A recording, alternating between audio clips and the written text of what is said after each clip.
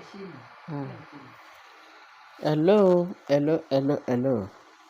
Ẹ̀yin èèyàn mi, ó lágbára o. Ẹ ṣé bẹ́ẹ̀ ṣe ń tẹ́tí sí wa o. Ẹ ṣé gan-an ni o. Ọlọ́run á wà pẹ̀lú wa o. Ṣé pé mo sọ fún wa lẹ́ẹ̀kan a ti ṣe part one iṣẹ́ yìí. Ẹlẹ́ẹ̀kejì, ṣé mo sọ fún wa pé ó yá stepmother Kábíyèsí tí Mariam sọ fún pé kó máa bọ̀, kó máa bọ̀ pé ó ní business kan tó àwọn méjèèjì tó fẹ́ ṣe. Ẹ mọ̀ pé wọ́n ti jọ ń ṣe business tó ń ṣe ní pé Kábíyèsí, ìyàwó Kábíyèsí Queen Naomi, wọ́n ti ń pètepèrò láti má jẹ́ kó wọnú ààfin. Ìyẹn Mariam àti ìyàwó bàbá Kábíyèsí. Ṣé o mọ̀ pé wọ́n jọ ń ṣe hand to hand láṣìírí bá tú lèní. So, wọ́n ti fún wa ní part one ẹ̀, part àṣírí tú. Tí Mariam pè pé kó máa bọ̀, kó máa bọ̀ pé aṣọ ṣẹ̀dí láti ọ̀dọ̀ babaláwo. Wọ́n fẹ́ tún ṣe another thing fún Naomi ni ó ṣe pé lóun wá sọ pé ìyàwó bàbá Kábíyèsí wá ní ìyẹn láti ṣe parọ́pọ̀ ìyàwó parọ́pọ̀. Ló bá ní lá, ó lóun ò lọ o. Pé torí marriage òun, òun fẹ́ marriage, ó kú díẹ̀ kí bàbá yẹn lé òun dànù. Gbogbo ẹ̀ ṣáà láti sọ fún wa lákọ̀ọ̀kọ́. Ẹlẹ́ẹ̀kejì, so now wọ́n nígbà tí ìyàwó bá rọ́pò kúrò ńbẹ̀, wọ́n ní wọn mọ nǹkan tó ṣẹlẹ̀ sí Mariam. Àlọ́ Ọlọ́run àtijọ́ wọ́n sọ pé ó máa ń pẹ́ kó tó dájọ́ bẹ́ẹ̀ títí sẹ́yìn. Wait and get ni o. Wọ́n ní nǹkan tó ṣẹlẹ̀ sí Mariam lénìí pé kí ó ṣe kó. Wọ́n ní wọ́n ṣàrí pé ariwo táàgì wọ́n ló ti dákú. Dídákú tí Mariam dákú ni wọ́n sáré. Nọ́ọ̀sì ní gbogbo èèyàn sáré náà ń bomi sí lórí náà bomi sí. Wọ́n náà jí Mariam, wọ́n jí tì. Kọ́ tó lọ ní wọ́n rọ̀ ìṣẹ́ lọ sí hospital. So nígbà tí wọ́n dé hospital, ṣé ẹ mọ̀ pé wọ́n ti ṣàlàyé fún ìgbà kan pé ẹsẹ̀ náà yìí sọ pé ó ṣe kíní ó wú. Pé tí ò bá ṣọ́ra kó lọ bẹ Queen Naomi. Torí ẹ̀ṣẹ̀ tó ṣe Queen Naomi púpọ̀ rẹpẹtẹ. Àfi kó lọ tọrọ ìdáríjì. Ṣé ẹ mọ̀ pé wọ́n ló lọ sí Àkúrẹ́, ìyẹn Mariam. Wọ́n nígbà tó dé Àkúrẹ́ mansion, instead tí gbogbo wa sọ pé bóyá ó lọ bẹ Queen Naomi pé kó dáríjì òun. Àṣé kò máa lọ bẹ̀ ọ́. Ó lọ warn ẹ̀ pé kó fi Kábíyèsí lẹ̀. Pé tó bá lè fi Kábíyèsí lẹ̀ fún òun, kó òun ní òye tó máa san fún Naomi. Naomi ló wọ́n ta ọkọ òun àlá tí ò lè ṣe. So lọ́rọ̀ kan ṣá, Naomi lè dànù kúrò ní ilé ẹ̀ ní Àkúrẹ́ mansion. Gẹ́gẹ́ bá ṣe gbọ́ allegedly. Gẹ́gẹ́ bá ṣe gbọ́ ni o. Wọ́n ní bó ṣe ní Naomi lè dànù. Òun ò lè ta ọkọ òun. Kó yẹ sọ̀sọ̀kúsọ kó kúrò níwájú òun. Àwọn ló rò pé bóyá ó wá tọrọ ìdáríjì. Àṣé ó túbọ̀ wá gbé epo sínú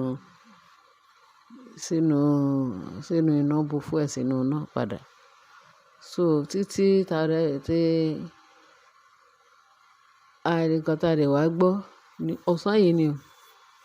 Lọ́ bá ní tí ò bá ṣọ́ra kó lọ bẹ Naomi. Pẹ́sẹ̀ náà sọ pé ó ṣe pé ojú yẹn ń bọ̀ o. Pé tó ojú yẹn máa fi blind pátápátá, tó ojú yẹn máa ṣe collapse. Wọ́n tí ò bá ṣọ́ra pé àwọn alálẹ̀ máa gba ojú lọ́wọ́ ẹ̀. Nǹkan tá a gbọ́ lọ́sàn-án yìí nìyẹn. Lẹ́yìn tó ti pè ìyàwó parọ́pọ̀ pé kó wá o. Káwọn continue iṣẹ́ ibi tó máa ń ṣe sí Naomi o. Tí ìyàwó parọ́pọ̀ sọ pé òun ò ṣe mọ́. Òun ò ṣe mọ́ torí òun ò fẹ́ lose marriage o. Lẹ́yìn yẹn náà sọ pé ó faint. Wọ́n sì ojú yẹn tán sọ pé ó blind. Wọ́n ní kò lè la ojú yẹn mọ́. Tọ́ ní tó bá ṣọ́ra kó ojú yẹn máa blind. Ṣé bẹ́sẹ̀ ló yìí ṣe? Wọ́n ní lóòótọ́ pé ẹsẹ̀ yẹn ó yìí ń gba treatment lẹ́sẹ̀. Pé bẹ́ẹ̀ tó yìí ń ṣán ẹsẹ̀ yẹn, ó manage ẹ̀. Ẹ̀sì yẹn ò ní pé kó repent. Ìyẹn ò ní pé kó fi iṣẹ́ ẹbí lẹ̀. Wọ́n ní ṣe ló túbọ̀ jẹ́ gírin nínú iṣẹ́ ẹbí láti ṣe. Ẹ̀yin èèyàn mi ó máa lágbára o. Wọ́n ní bó ṣe di pé àwọn dókítà ní wọ́n fẹ́ operate ojú yẹn nígbà tó gbé dé hospital. Wọ́n ní kábíyèsí wá wò pẹ̀rù ẹ̀rù bà kábíyèsí pé àṣé prophecy tó sọ tẹ́lẹ̀ yẹn pé àṣé ṣé òun ló ti fẹ́ bẹ̀rẹ̀ sí ní ṣe báyìí. Ó máa lágbára o. Wọ́n ní lọ́sàn yìí ni o. Wọ́n ní ojú Mariam. Wọ́n ní wọ́n fẹ́ ṣe operation fún.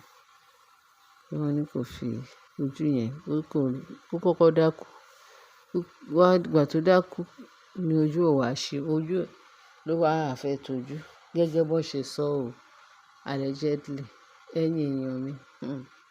Ẹ mọ̀ pé wonder shall never end. Tó bá ń sọ pé wonder shall never end, ẹ máa rò pé bóyá àwọn olóyìnbó pé wọ́n kàn ń sọ òyìnbó yẹn pé wọn ò mọ̀ túmọ̀. Ẹ mọ̀ pé ẹ̀rù báyìí. Wọ́n ní tó yẹ kí Mariam kó tọrọ ìdáríjì lọ́wọ́ Queen Naomi. Ó túbọ̀ ń ṣákọ̀. Pé tó bá ti fi kábíyèsí lẹ̀ fún òun. Pé over her dead body ló sọ àwọn òyìnbó rádaràda tó máa ń sọ. Pé Queen Naomi láyé wọn ò lè fi kábíyèsí lẹ̀ fún Queen Naomi o. Torí náà wọn ò lè fi ààfin lẹ̀ fún Queen Naomi. Pé instead tó máa fi lẹ̀. Pé tó máa fi lẹ̀ kó máa para òun kúkú. Ṣé rí gbogbo àwọn ọ̀rọ̀ bàǹtàbàǹtà tó ti sọ. Pé instead tó máa fi ààfin lẹ̀ fún Queen Naomi pé òun kúkú kú dànù. Ó jọ gàtẹ́ kò jọ gàtẹ́. Ṣèbẹ́sẹ̀ ló méjèèjì ló fi turo báyìí. Àwọn adọ́rùn wọn tọ́ pẹ̀lú bó ṣe ń kìlọ̀ fún wọn tó ń kìlọ̀ fún wọn. Ó dìgbà pé tó bá ti rí iná nù kànga. Ìgbà yẹn ló máa mọ̀ pé ìkà òde ó dá. Ọ̀rẹ́ wa kó má ṣe tí ó ní láéláé pé ó máa ṣe ìkà yẹn dé ojú ikú. Ẹnu ẹ̀ ló wà yìí. Ẹ̀yin èèyàn mi. Ẹ ṣé gan-an ní bí ẹ ṣe ń tẹ́tí sí wa. Nǹkan tá a rí gbọ́, òun là ní ká tètè gbọ́ wá sí etí gbọ́ yín. Kẹ́yìn náà kẹ́ bá gbé yẹ̀ o. Kẹ́ bá mi share, kẹ́ bá mi like, kẹ́ dẹ̀ bá mi subscribe. Ẹ ṣé o. Àdúpẹ́ ọwọ́ tẹ fi ń ṣe gbogbo ẹ̀. Ire lẹ máa fi ọwọ́ yẹn gbé ṣe láyé yín. Àbọ̀ Ọlọ́run kó dájú lórí gbogbo wa. Àmín. Ẹ ṣé, ẹ bá mi share, kẹ́ bá mi like, kẹ́ dẹ̀ bá mi subscribe. Ẹ ṣé gan-an bí ẹ ṣe ń tẹ́tí sí wa. Bye.